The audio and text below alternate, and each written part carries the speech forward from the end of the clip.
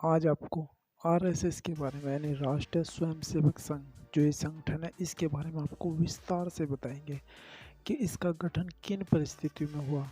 आज के वक्त में इसकी कितनी शाखाएं हैं भारत में, कितनी विदेशों में, आज के वक्त में कितने देशों में ये फैला हुआ है, इसके भारत के लिए क्या योगदान रहे, किसने इसका गठन किया था, इसके संस्थापक क्या थे, किस वर्ष गठन किया गया था, यानी A to Z सारी जानकारी आज ऐसे इसके बारे में मिलेगी।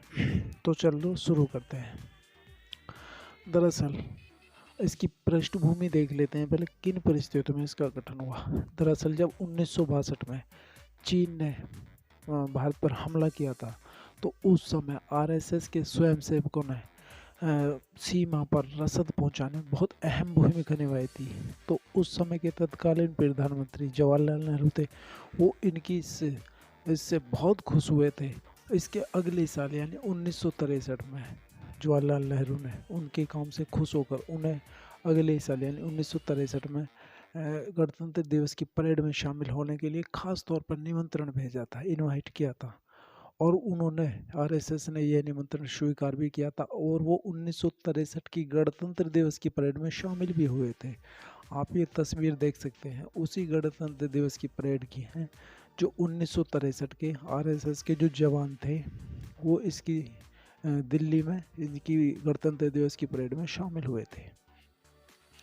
इसके बाद भारत को एक बार फिर युद्ध लड़ना पड़ा, यानी 1965 में जब पाकिस्तान ने भारत पर हमला कर दिया था। तो उस समय भी आरएसएस ने अहम भूमिका निभाई थी, यानी कि लाल बहादुर शास्त्री ने, जो उस समय के सर्व संचालक थे आरएसएस के, थे सदाशिव गोलवरकर, उनको बैठक के लिए बुलाया था। और दिल्ली के ट्रैफिक को नियंत्रण करने की जिम्मेदारी लाल बहादुर शास्त्री जी ने आरएसएस के स्वयंसेवकों को सौंप दी थी। उन्होंने ऐसा इसलिए किया था ताकि इस काम से मुक्त होने वाले सब जवानों को युद्ध से जुड़े कामों में लगाया जा सके। ये आप उसकी बैठक की तस्वीरें भी आप देख सकते हैं, ये 1965 की है जब वो बैठक में शामिल हुए थे। ये लाल बहादुर शास्त्री और उनकी तस्वीरें हैं। इसके बाद कांग्रेस की एक बड़ी नेता के तौर पर इंदिरा पार्टी और आरएसएस के बीच उस समय भी वैचारिक मतभेद हुआ करते थे, लेकिन इसका मतलब ये नहीं था कि आरएसएस संगठन इंदिरा गांधी को बहुत चुभता था, ये बिल्कुल नहीं था। लेकिन अभी 2022 यानी पिछली साल में राहुल गांधी ने एक ट्वीट पोस्ट किया था कि उसने आरएसएस के जो हाफ पैंट है उसे जलाया हुआ दिखाया था। तो ये गलत है कि उन्होंने किया था कि आरएसएस की पैंट को जला देना चाहिए, ये तो बिल्कुल गलत है, क्योंकि आरएसएस ने हमारे देश के लिए बहुत अहम भूमिका निभाई थी। और राहुल गांधी कहते हैं कि आरएसएस की पैंट को जला देना चाहिए, गलत है बिल्कुल। आपको लगता है सही है? बिल्कुल नहीं। इसके 2 साल बाद यानी 1967 में बिहार में भयंकर अकाल पड़ा था। तो उस समय भी आरएसएस के स्वयंसेवकों ने अकाल पीड़ितों की बहुत मदद की थी। उनकी इस कर्तव्य निष्ठा और सेवा की भावना को देखते हुए लोकनायक जयप्रकाश नारायण ने कहा था कि आरएसएस के स्वयंसेवकों की देशभक्ति किसी प्रधानमंत्री से कम नहीं है।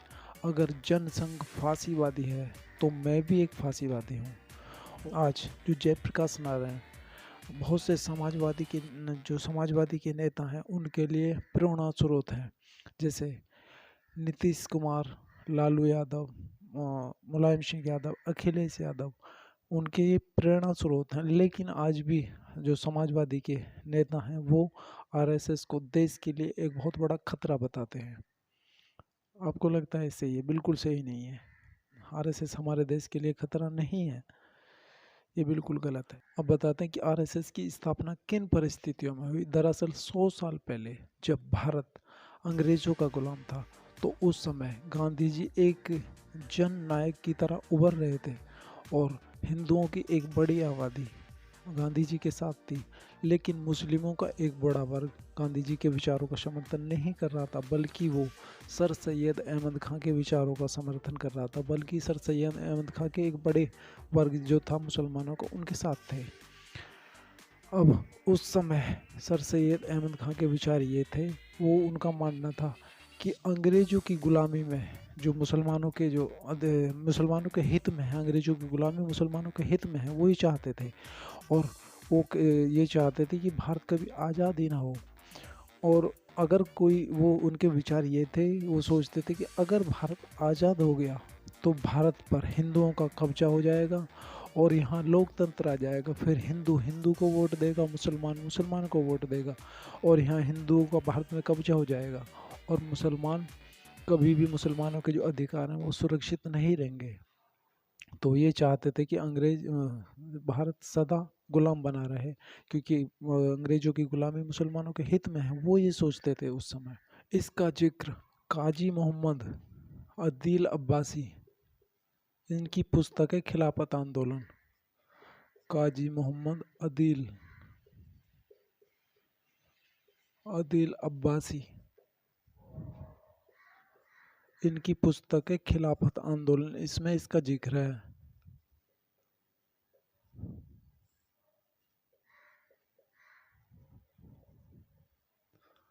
जो सर सैयद अहमद खां के विचार थे, उनमें इस किताब में उसका जिक्र, आप इस किताब देख सकते हैं। इसके बाद गांधी जी ने मुसलमानों को समर्थन पाने के लिए खिलाफत आंदोलन जो इसका समर्थन कर दिया था उस समय, कि ताकि एक जो मुसलमानों का एक बड़ा वर्ग है वो भी हिंदुओं के साथ आ जाए और जो गांधी जी हैं वो अंग्रेज़ों के खिलाफ एक बड़ी जनशक्ति के रूप में उभर पाए। दरअसल फर्स्ट वर्ल्ड वॉर ख़त्म होने से पहले तक जिन मुसलमानों को अंग्रेज़ों की गुलामी अच्छी लग रही थी, वो 1919 आते आते उन्होंने अंग्रेज़ों का विरोध करना शुरू कर दिया था। उन्होंने ऐसा इसलिए किया था, उसका कारण था टर्की नाम का देश, टर्की।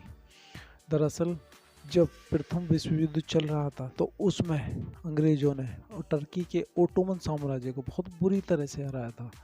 तो इस बात से की चर्चा पूरी दुनिया में होने लगी कि टर्की के खलीफा को हटाया जाए। अब तो भारत के मुसलमान नहीं चाहते थे कि टर्की के खलीफा को हटाया जाए, वो टर्की के खलीफा के समर्थन में जो भारत में आंदोलन शुरू हुआ उसे ही खिलाफत आंदोलन कहते हैं। जो टर्की के खलीफा के समर्थन में भारत में जो आंदोलन खड़ा हुआ शुरू हुआ उसे ही खिलाफत आंदोलन कहते हैं।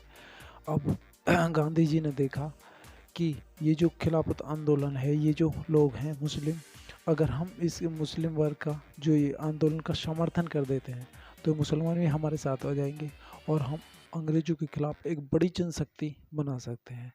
तो उस समय गांधी जी ने खिलाफत आंदोलन का नेतृत्व कर दिया वहाँ पहुँचकर। इससे आरएसएस के संस्थापक केशव राव, जो संस्थापक थे केशव राव बलीराम हेडगेवार,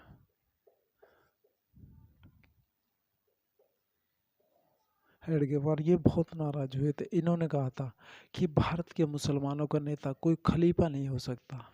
तो उस समय भी गांधी जी और कांग्रेस पार्टी यानी मुस्लिम तुष्टीकरण की राजनीति कर रहे थे, मुस्लिमों का तुष्टीकरण करने की कोशिश कर रहे थे, अपने में मिलाने की कोशिश कर रहे थे।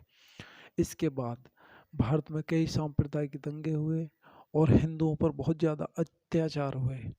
तो आरएसएस का गठन हिंदू हितों की रक्षा और मुस्लिम तुष्टीकरण की राजनीति के विरोध में हुआ था। अब आपको समझ आया कि आरएसएस का गठन किन परिस्थितियों में हुआ, यानी हिंदू हितों की रक्षा और मुस्लिम तुष्टीकरण की राजनीति के विरोध में हुआ था आरएसएस का गठन। ये हुआ था 27 सितंबर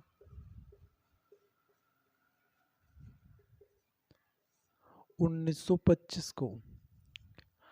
केशवराव बलीराव हेडगेवार ने 27 सितंबर 1925 को किया था इसका गठन। तो ये हिंदू हितों की रक्षा और मुस्लिम तुष्टीकरण की राजनीति के विरोध में हुआ था। अब आपको समझ आया। आज देश में बहुत से ऐसे लोग हैं जो आरएसएस को देश के लिए खतरा बताते हैं। वो कहते हैं कि ये देश की एकता और अखंडता के लिए खतरा है, लेकिन ये बिल्कुल गलत है। सच ये है कि आज़ादी के बाद हैदराबाद, जूनागढ़,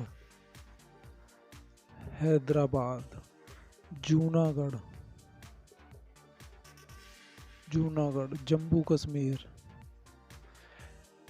इनको आज़ाद कश्मीर इन्हें आज़ाद कराने के लिए यानी भारत में मिलाने के लिए आरएसएस की ही मदद ली गई थी।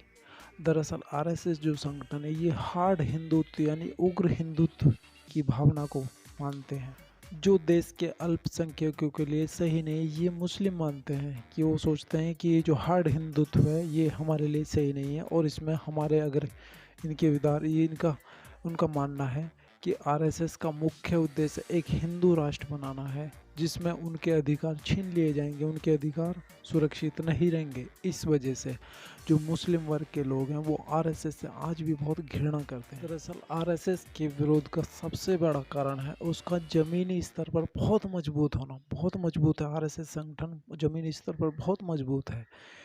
इसकी आज के वक्त में यह 40 से ज़्यादा देशों में फैला हुआ है। 40 से ज़्यादा देशों में फैला हुआ है ये संगठन, और भारत में इसके 1 करोड़ से ज़्यादा स्वयंसेवक हैं, यानी 1 करोड़ से भी ज़्यादा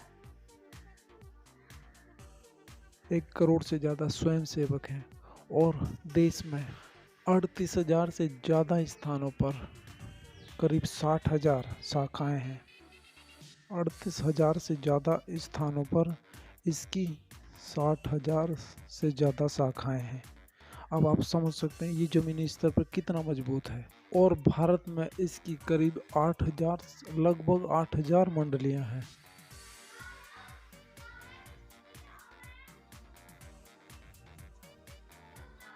8,000 मंडलियां हैं। अब आप समझ सकते हैं कि ये ज़मीनी स्तर पर यह संगठन कितना मजबूत है, क्योंकि 1 करोड़ से ज़्यादा इसके भारत में स्वयंसेवक हैं। 38,000 से ज़्यादा स्थानों पर 60,000 से ज़्यादा शाखाएँ हैं, लगभग 8,000 मंडलियाँ हैं। तो ये बहुत ही ज़मीनी स्तर पर बहुत मजबूत है। और आरएसएस संगठन के बारे में एक और बात, ये ऐसा संगठन जिसने भारत को 2-2 प्रधानमंत्री दिए हैं। पहले कौन थे? पहले थे अटल बिहारी,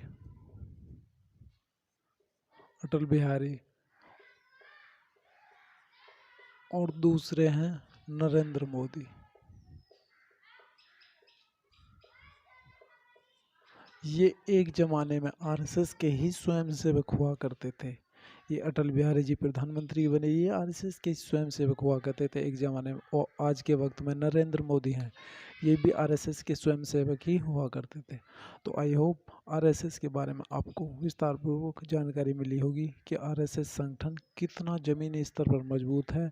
और जो राहुल गांधी ये कहते हैं कि आरएसएस की हाफ पैंट को जला देना चाहिए, ये बिल्कुल आरएसएस के लिए गलत है। इसलिए कि भारत में बहुत योगदान रहे हैं। ऐसा नहीं है कि 1963, 65 या 67 के ही उसमें इसका योगदान है।